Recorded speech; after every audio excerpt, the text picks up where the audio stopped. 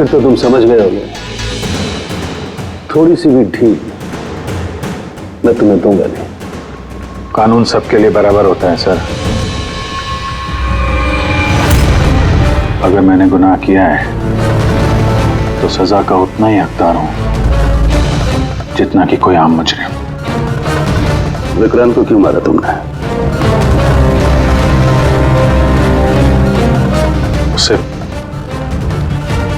मारने की कोई वजह नहीं थी मेरे पास। अच्छा, तो फिर गोली क्यों चलाई? पता नहीं, बस चल गई। चल गई? चल गई मतलब ट्रिगर पे उंगली रख के ट्रिगर दबाया था ना तुमने?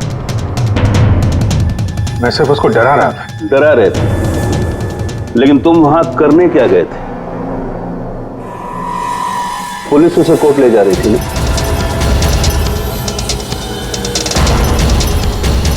मेरे वहां होने की वजह जानने के लिए आपको सर मेरा और विक्रांत का इतिहास जानना होगा। बरसों से 36 का आंकड़ा चल रहा है हमारा।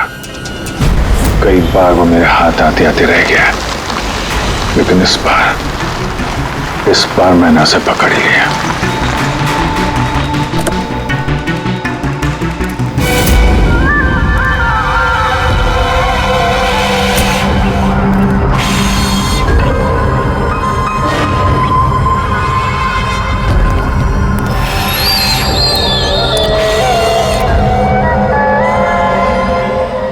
माल लाया?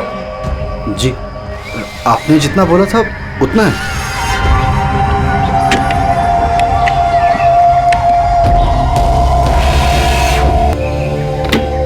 अगला कंसाइनमेंट अगले महीने की 5 तारीख को। जी, पैसे? गाड़ी में।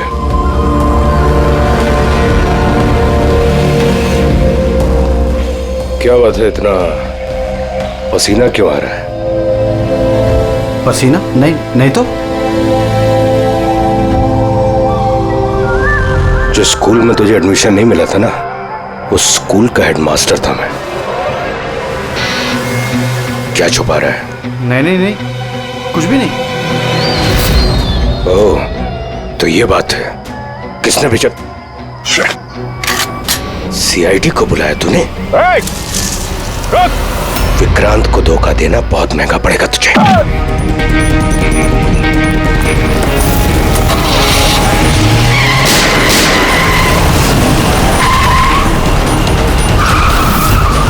और इस तरह इस बार तुम उस तक पहुंच ही गए।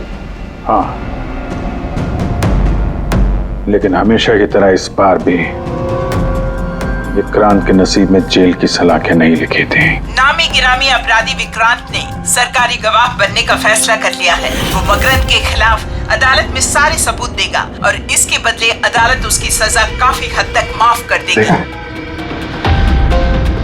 इन अपराधियों को पकड़ने के लिए हम लोग दिन रात एक कर देते हैं, अपने खून पसीना बहाते हैं। क्या इसलिए कि अदालत उनको दोबारा जुर्म करने के लिए छोड़ दे? अब अदालत को दोष मत दो अभिजीत। वैसे भी मकरंद के खिलाफ उनके पास ज्यादा सबूत थे नहीं, और हमारा काम मुजरिमों को पकड़ना है, ना कि उनकी सजा तय करना। यार, तो तुमको क्या लगता है, इसको छोड़ना सही है? अब सही तो नहीं है, पर हम लोग क्या कर सकते हैं?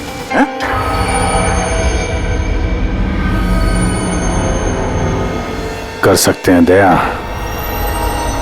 बहुत कुछ कर सकते हैं। बहुत बड़े बड़े मुजरिम देखे हैं मैंने सर, पर ये विक्रांत कुछ अलग ही था। हर बार कुछ ना कुछ करके बच ही जाता। तो इस बार उसका बच निकलना तुम्हें मंजूर नहीं था, क्यों? यही बात है ना? ठीक समझा। इसलिए जब मुझे पता चला कि इस केस का इंचार्ज मेरा पुराना दोस्त मुरली है, तो विक्रांत से मिलना है मुझे। यार सिर्फ 10 मिनट। अभिजीत, तुम ये जानते हो कि ये मुमकिन नहीं है। This doesn't fit into any kind of protocol. मैं तुम्हें परमिशन नहीं दे सकता। परमिशन? वो आरती याद है तुम्हें? बीकॉम सेकेंड ईयर की स्टूडेंट, कैसे तड़पा तड़पा के मारा था उसने। किसने परमिशन दी थी उसे ऐसा करने के लिए? और वो 80 साल की बूढ़ी औरत जिसे आंख से दिखता नहीं था, उसके हाथ पांव काट दिए थे उसने। एक 8 साल के बच्चे तक को। अभिजीत, मैं उसकी पूरी केस हिस्ट्री को जानता हूं। फिर तुम ये भी जानते होगे किसी भी जेल में 15-20 दिन से ज्यादा नहीं टिकता ये विक्रांत। यार मेरा उससे मिलना बहुत जरूरी है। एक लड़की का किडनैप हो गया, पिछले 2 महीने से नहीं मिल रही है। सिर्फ विक्रांत जानता है कहां है वो। यह लड़की की जिंदगी का सवाल है, समझो यार, सिर्फ 10 मिनट। ठीक है, लेकिन सिर्फ और सिर्फ 10 मिनट। तो इस तरह तुम विक्रांत की वैन तक पहुंचे, लेकिन तुम्हें तो सिर्फ उस लड़की के बारे में जानना था ना। ये सब कैसे हो? ये सच है सर, मैं सिर्फ लड़की के बारे में जानने गया था। मगर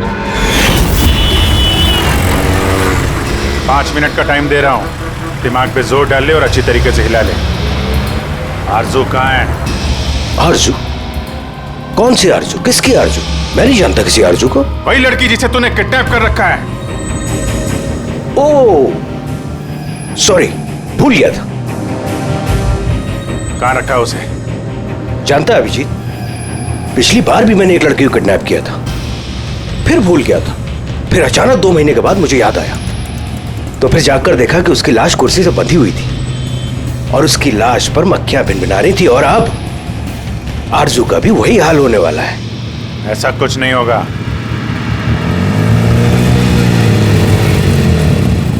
कहां है आरजू? हाँ, याद आया, मेरी जेब में, निकाल ले।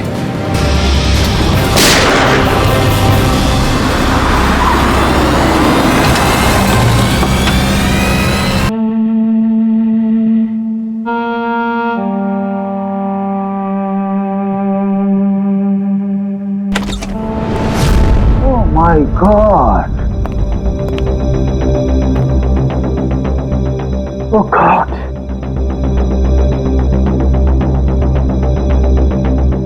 मुझे तुम जैसे जिम्मेदार ऑफिसर से ये उम्मीद नहीं थी मुरली। तुम्हारी निगरानी में ये हो कैसे गया? कैसे? हाउ? गलती मुरली की नहीं, मेरी है। सब मेरी वजह से हुआ है।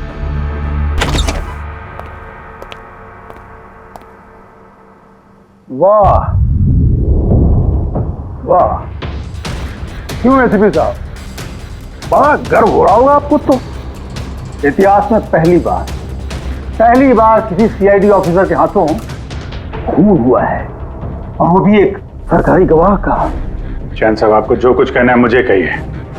अपराध मैंने किया है। तुमसे नहीं, एसीपी प्रद्युमन से ही बात करूंगा, क्योंकि अगर सीआईडी की नाक कटती है तो फाइनली सारी जिम्मेदारी प्रद्युमन के कंधे पर ही आती है। इसलिए तुमसे ही बात।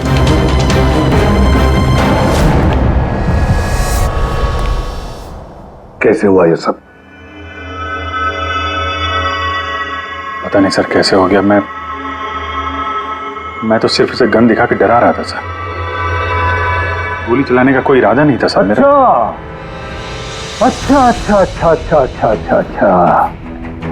तो तुम सिर्फ गन दिखा रहे थे, हाँ?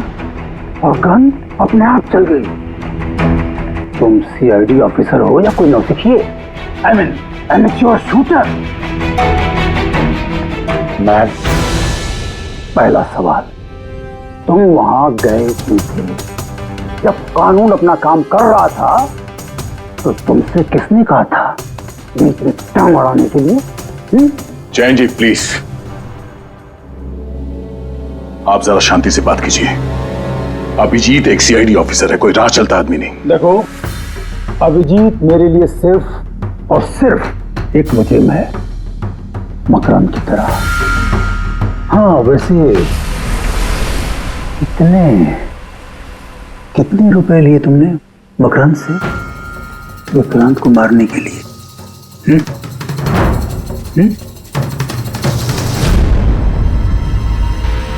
अगर तुम एक वकील ना होते और मैं एक सीआईडी ऑफिसर नहीं होता तो ये सवाल तुम्हें बहुत भारी पड़ता। Oh really? देखो देखो देखो देखो, ऐसे थे प्रद्युमन, इसके तेवर तो देखो, फोन करके बैठा है और मुझ जैसे लॉयर को, सीनियर लॉयर को धमकी दे रहा है। ऐसे चार्जेस लगाऊंगा, ऐसे चार्जेस लगाऊंगा, सात जन्मों तक जेल में बैठ के सोओगे। ये अच्छी सोओगे तुम वहां। मानता हूं गोली चलाई मैंने सर, विक्रांत को मार दिया, लेकिन उसे मारने का कोई इरादा नहीं था मेरा। खून सिर्फ खून होता है अभिजीत, इरादा चाहे कुछ भी हो, गलत या सही कोई फर्क नहीं पड़ता। अदालत में ये सब काम नहीं आए। ये प्रोसिक्यूटर, जैन, मीडिया वाले धज्जियां उड़ा देंगे तुम्हारी, धज्जियां। इस जुर्म की सजा भुगतने के लिए मैं तैयार हूं सर, लेकिन जयंत और मीडिया वाले जो मुझ पर इल्जाम लगा रहे हैं मकरंद से मिले होने का, ये मैं कभी बर्दाश्त नहीं कर सकता। अभिजीत, फिर तो तुम्हें कोई नहीं बचा सकता।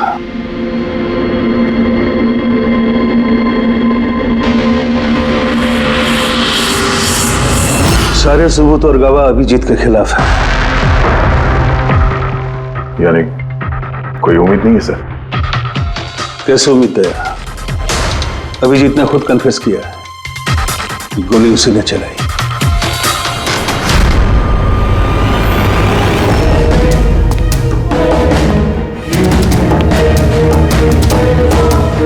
विक्रांत की मौत अभिजीत की गोली से नहीं हुई है बॉस।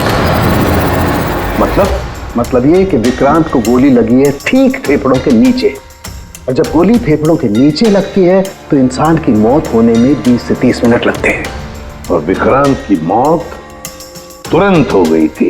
एग्जैक्टली, इसीलिए मैं कहता हूं विक्रांत की मौत अभिजीत की गोली से नहीं हुई है, इसकी कोई और वजह है। और क्या वजह हो सकती है? उस वैन में ड्राइवर अभिजीत और विक्रांत के अलावा और कोई नहीं था। एक गोली चली, वो भी अभिजीत के गन से। उस वक्त वैन के अंदर कोई और नहीं था, और वैन के बाहर तो कोई और हो सकता है।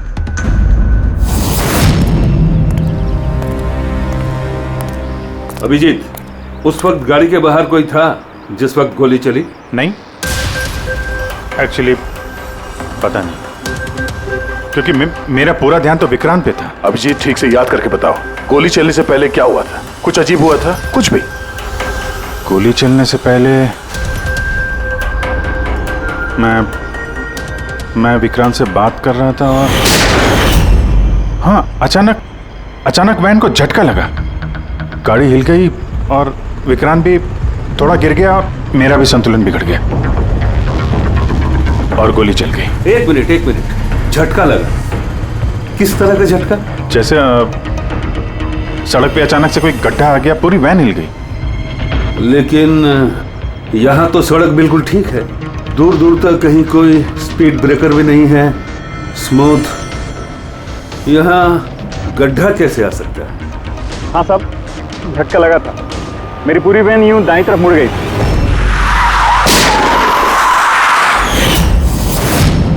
स्टीयरिंग खुद ब खुद घूम गया? हाँ साहब। ये कैसे हो सकता है? साहब, ये तो मुझे भी पता नहीं चला कैसे हो गया। इससे पहले कि मैं वैन को संभाल पाता, पीछे से गोली चलने की आवाज आ गई।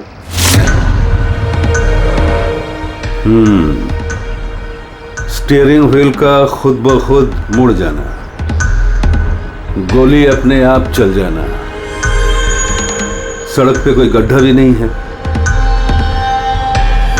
आखिर यहां हुआ तो क्या हुआ?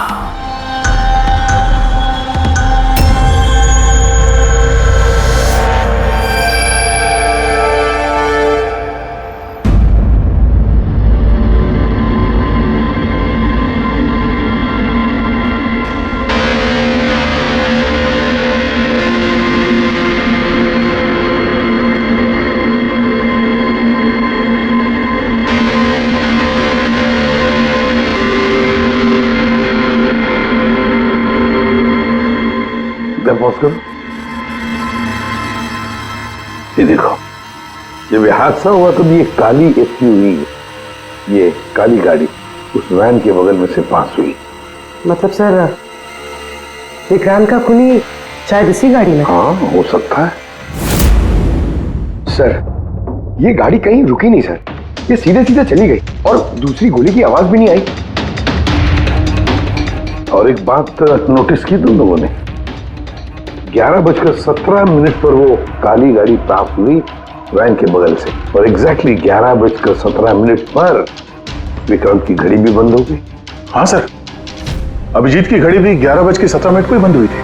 हाँ, ये दोनों घड़ियों का एक साथ बंद होना और इस कार का ठीक 11:17 पे वहां से गुजरना, ये संजोग नहीं हो सकता। बिल्कुल सर, बिल्कुल सही कहा आपने, ये कोई संयोग हो ही नहीं सकता। जरूर कोई ना कोई राज छुपा है उस काले रंग के एसयूवी में, जो अभिजीत की बेगुनाही साबित करेगा। तो यहाँ इस फुटेज में इस गाड़ी का नंबर तो दिख नहीं रहा है। इस जगह से 5 किलोमीटर दूर सर टोल नाका है, वहां के सीसीटीवी फुटेज से शायद इस कार की डिटेल मिल जाए। हाँ।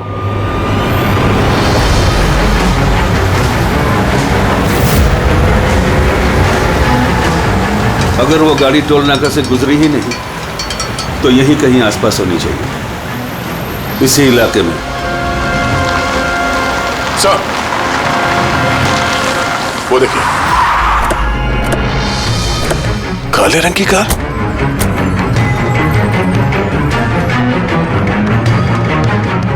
Oh no. फ्रेडी, जरा आगे चेक करो।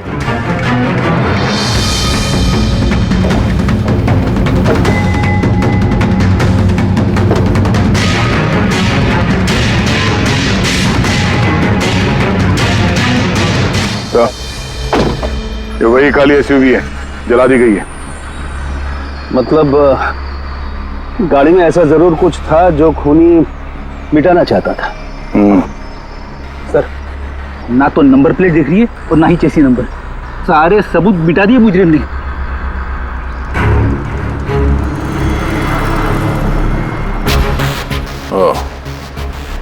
बड़े एक काम करो, जरा आसपास पूछताछ करो, देखो किसी ने यहाँ पे कुछ देखा है क्या। अरे सुनो, ये जली हुई गाड़ी के बारे में कुछ बता सकते हो क्या? जी नहीं। हाँ? ये देखिए, सीट के नीचे ये डिवाइस पड़ा था। Electric device. हाँ सर, उनके क्या डिवाइस है, कुछ पता चला? हाँ बस, पता तो चल गया है, लेकिन इसे अच्छी तरह से समझाने के लिए मुझे एक डेमो देना पड़ेगा आप लोगों को। मान लीजिए कि ये विक्रांत है और हम इसे मारना चाहते हैं, लेकिन हम इसके करीब नहीं जा सकते, तो फिर इसे कैसे मारा जाए? कैसे? डॉक्टर सालुंखे, हमें पता होता तो आपके पास क्यों आते? प्लीज आगे बताइए। हाँ, बताता हूं।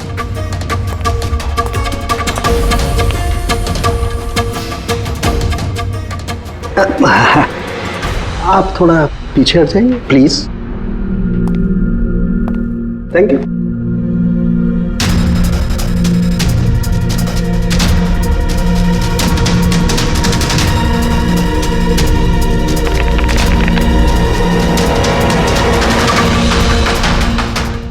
देखा आपने, बस बिना नजदीक जाए इसे ऐसे मारा जा सकता है। ये आपने किया कैसे सर? क्योंकि जैसे ही हमें इस डिवाइस के बारे में पता चला, हमने विक्रांत के पुराने मेडिकल रिपोर्ट्स मंगवाए जेल में से। ये स्कैन 2 महीने पुराना है और ये वाला स्कैन ये हमने कल रात को लिया, उसके मरने के बाद।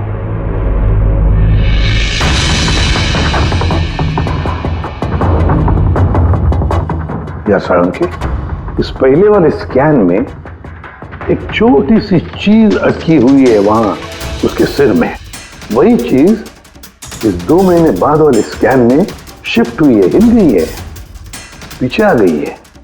और ये छोटी सी चीज एक शार्पनेल है बॉस, यानी गोली का छोटा सा टुकड़ा। और फिर ये शार्पनेल वहां से इस तरफ शिफ्ट हो गया जिस वजह से विक्रांत की सबड्यूरल हेमेटोमा यानी ब्रेन ब्लीडिंग की वजह से मौत हो गई। पर ये शार्पनल अपनी जगह से हिला कैसे? उसी डिवाइस की वजह से जो हमें जलती हुई गाड़ी में से मिला।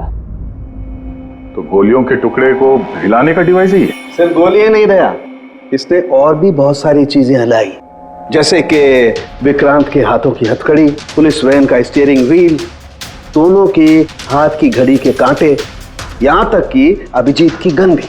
मतलब लोहे की चीजें, तो जितनी भी लोहे की चीजें हैं वो हिल गई उस डिवाइस की वजह से। Exactly boss. और लोहे का सबसे बड़ा आशिक है मैग्नेट, चुंबक। बॉस, ये है वो चुंबक जिसके जरिए मैंने इसे उड़ाया। यानी उस काली वैन में भी एक ताकतवर लौ चुंबक था, जिसकी वजह से पूरी की पूरी वैन दाईं तरफ चली गई और अभिजीत की मेटल की गन वो भी अपने आप चल गई। हाँ, और विक्रांत के सिर में जो अटका हुआ शार्पनल का टुकड़ा है वो भी शिफ्ट हुआ। सर, इतनी प्लानिंग के साथ तो वही मार सकता है जिसे शार्पनल के बारे में पहले से पता था, उसका कोई करीबी। मकरंद। मकरंद मतलब अभिजीत सर बेगुनाह? No, not at all. इतनी जल्दी किसी नतीजे पे पहुंचना ठीक नहीं होगा। मकरंद के खिलाफ जब तक हमको पक्का सबूत न मिल जाए, कानून की नजर में अभिजीत ही दोषी है। मकरंद के खिलाफ सबूत तो वही देगा ना जो विक्रांत के सेफ हाउस के बारे में जानता था, वरना मकरंद को कैसे पता कि विक्रांत किस रास्ते से कोर्ट पहुंचेगा। और विक्रांत की खुफिया जानकारी सिर्फ मुरली और उसके बाकी साथियों के पास थी। आप लोग ऐसा सोच भी कैसे सकते हो सर कि हम में से कोई गद्दारी कर सकता है? जितने ईमानदार आप लोग हैं ना, उतने ईमानदार हम लोग भी हैं। विक्रांत को कहां और कौन से सेफ हाउस में रखा गया था ये सिर्फ आप लोग जानते थे और कोई नहीं। ये सच है ना? हाँ सर, नहीं पता थी। यहाँ तक हमारे घर वालों को पता नहीं थी, तो फिर हम बाहर वालों पे क्यों इल्जाम लगाएंगे? शायद पैसों के लिए किसी ने मकरंद को यह जानकारी दी हो। प्लीज साहब, हम भी पुलिस वाले हैं, जान की बाजी हम भी लगाते हैं। आप इस तरह इंफॉर्मेशन कहीं ना कहीं से तो लीक हुई है मुरली। हाँ सर, एक्चुअली मैं भी वही सोच रहा हूँ, क्योंकि सेफ हाउस में 24 घंटे सीसीटीवी कैमरे लगे हुए थे, तो अगर भी कोई बाहर वाला अंदर नहीं आ सकता। क्या कहा आपने? चाहकर भी कोई बाहर वाला अंदर नहीं आ सकता? हाँ सर। झूठ! बाहर वाला कोई भी अंदर नहीं आया था। हाँ? क्यों? I am sorry sir, actually Jain ji कभी कभी आते थे। कभी कभी जैन जी आते थे? Yes sir. और कभी कभी जैन जी किस लिए आते थे? क्योंकि जैन जी मकरंद को हर हालत में जेल तक पहुंचाना चाहते थे। अच्छा, कहीं ये जयंती वो गद्दार तो नहीं है? वैसे भी कुछ ही दिनों में रिटायरमेंट होने वाला था, आखिरी केस था उनका। सोचा होगा संन्यास लेने से पहले थोड़े बहुत पैसे बना लो। सर। हाँ सर, वाकई जयंत ने काफी पैसे बनाए। अभी 10 दिन पहले इसने पुणे में 10 करोड़ का फार्म हाउस खरीदा है। क्या? हाँ सर, ये रहे उस पार्टी के फोटोग्राफ।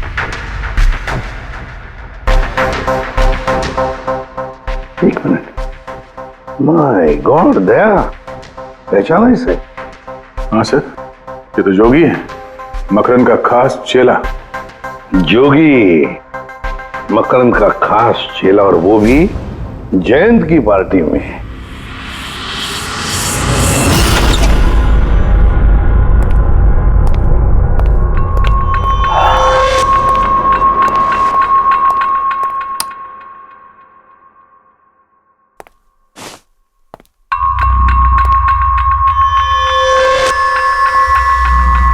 तुम यहां कैसे और मेरे घर में घुसे कैसे? हाँ? मुजरिमों को उनके बिल से निकालने के लिए बिल के अंदर तो घुसना ही पड़ता है जैन साहब। मुजरिम मुजरिम मैं हूं या तुम? मैं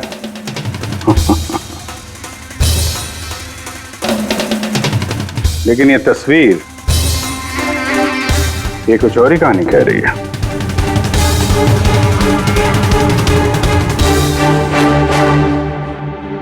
नो, आई डोंट नो, मैं नहीं जानता इसको। नहीं जानते? कमाल है, बहुत भोलेपन का नाटक कर रहे हो जैन साहब। मकरंद के पैसों से ये फार्म हाउस खरीद लिया और अब उसके चेले जोगी को पहचानने से भी इनकार कर रहे हो। What nonsense! कौन जोगी? कैसा जोगी?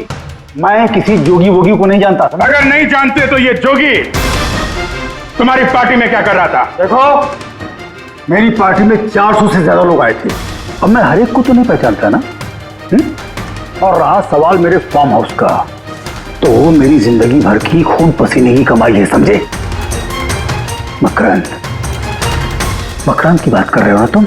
वो देखो, उस केस में उसके खिलाफ सारे सबूत मौजूद हैं। विक्रांत ने मरने से पहले मुझे सारे सबूत सौंप दिए थे। मकरंद को तो मैं फांसी पर लटकाऊंगा और साथ में तुम्हें भी। लाइट हो क्या हुआ? स्विच तो ऑन है, हुआ क्या लाइट को?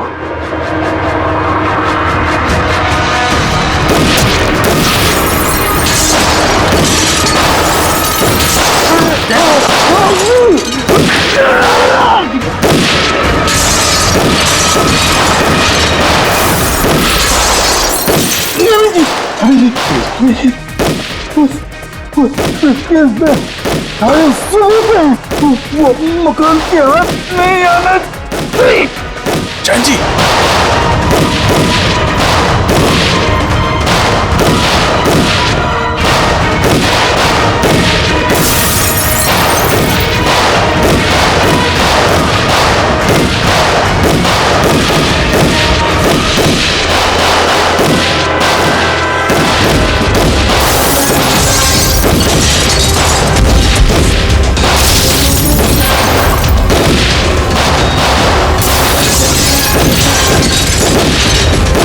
कमाल कर दी तुमने अभिजीत, वाकई कमाल कर दी। सर, पूरी मीडिया तुम्हारे जान के पीछे पड़ी है, अब तो उनको लॉटरी लग गई। अब कह रहे जैन का खूनी अभिजीत है। सर, उनके कहने से क्या होता है? आपको पता है मैं निर्दोष हूं सर। लेकिन तुम्हें वहां जाने की जरूरत क्या थी? जैन के घर में, वहां के सीसीटीवी कैमरे में साफ दिख रहा है कि जैन के मौत के वक्त तुम वहां थे। और सिर्फ इतना ही नहीं, अब तो पूरी सीआईडी टीम पर इल्जाम लगा रहे हैं कि हम तुम्हें बचाने की कोशिश कर रहे हैं। इल्जाम तो लगेगा ही ना प्रद्युमन। जयंत मकरंद के खिलाफ नया सबूत पेश करने वाला था अदालत में, और ठीक एक दिन पहले उसकी मौत हो गई। हाँ, लेकिन वो सबूत मुजरिमों के हाथ नहीं लगा सर। मैं लेके आया। जैन से मरने से पहले मुझे ये सारे सबूत सौंप दिए। ये सबूत, ये फोटोग्राफ्स, ये पेपर्स, ये सबूत काफी नहीं है मकरंद को अदालत में सजा दिलवाने के लिए। काफी नहीं है ये सबूत। तो वो पेनड्राइव से कुछ पता चल सकता है ना? अभिजीत, ये पेनड्राइव पासवर्ड मांग रही है। जैन ने मरने से पहले पासवर्ड वगैरह बताया था? नहीं सर, इसके पहले वो कुछ बोल पाते उन्होंने दम तोड़ दिया था। अरे यार,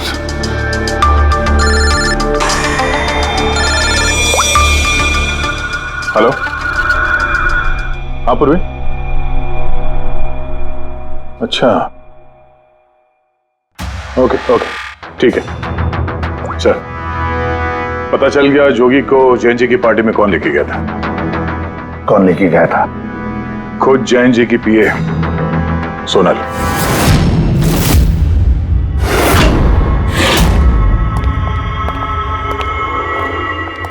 सर, ये सब?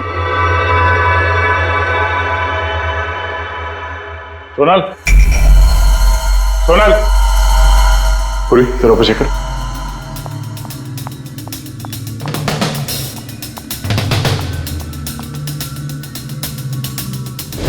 Sonal,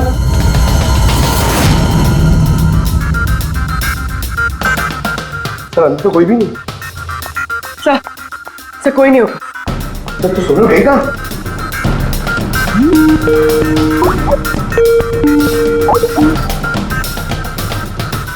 video call?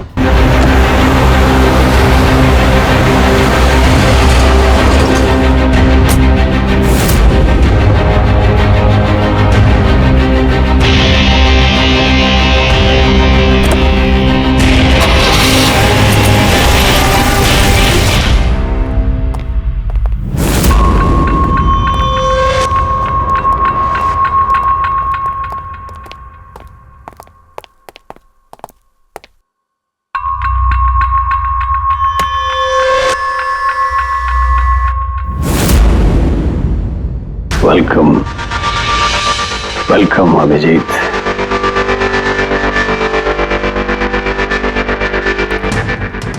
मकरंद के आशियाने में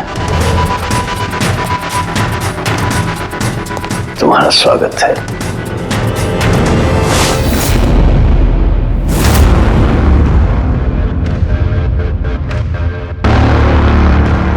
सबूत इधर है बॉस।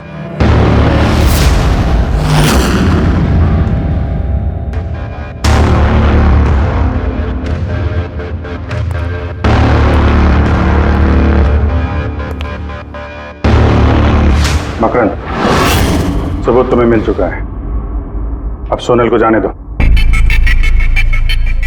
यस।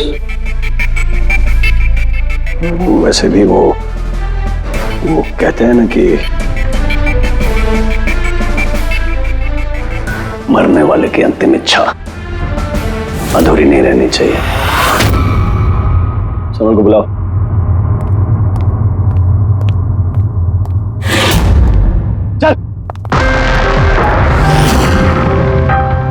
सर, आप? सोनल तुम ठीक हो? हाँ सर, मैं ठीक हूँ। तुम जाओ यहाँ से। लेकिन सर आप? मेरी चिंता मत करो, तुम निकलो, जाओ।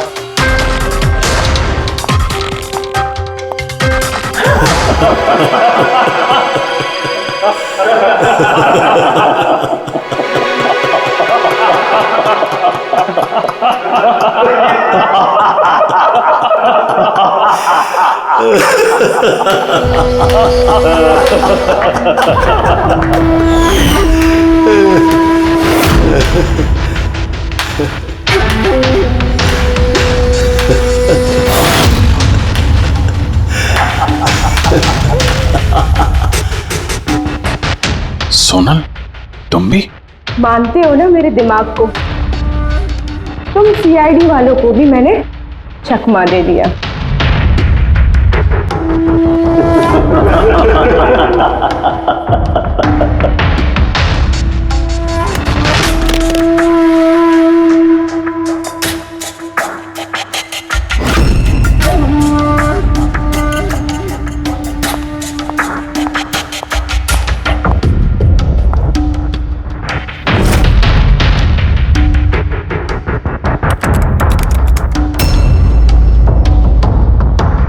मुझे पता था जयंत यही पासवर्ड रखेगा। Makaram will die. Now stop conversation, start the operation.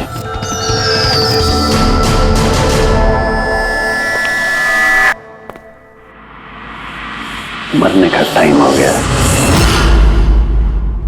Time हो गया? नहीं तो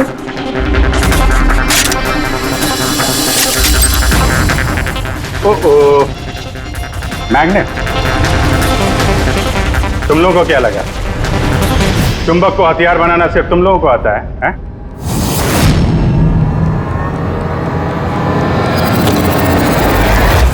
इस ब्रीफ केस में वैसा ही चुंबक है जैसा तुम लोगों ने उस गाड़ी में लगाया था विक्रांत को मारने के लिए। मकरंद, खेल खत्म तुम्हारा।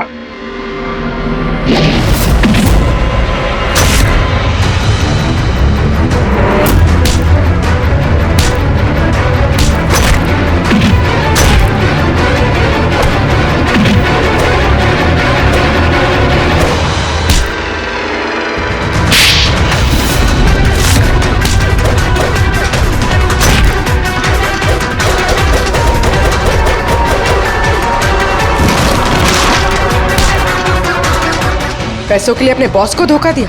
हाँ?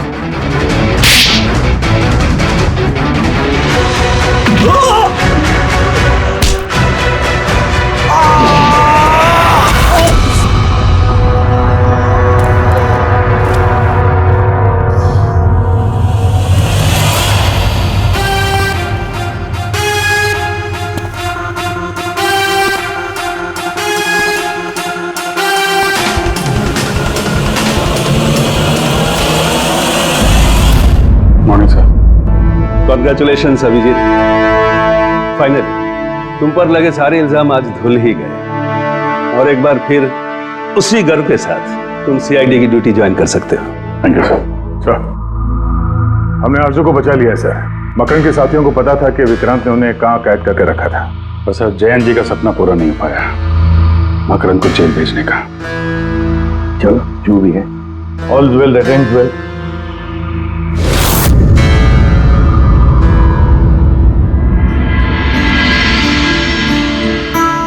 संभालो अपनी अमानत को।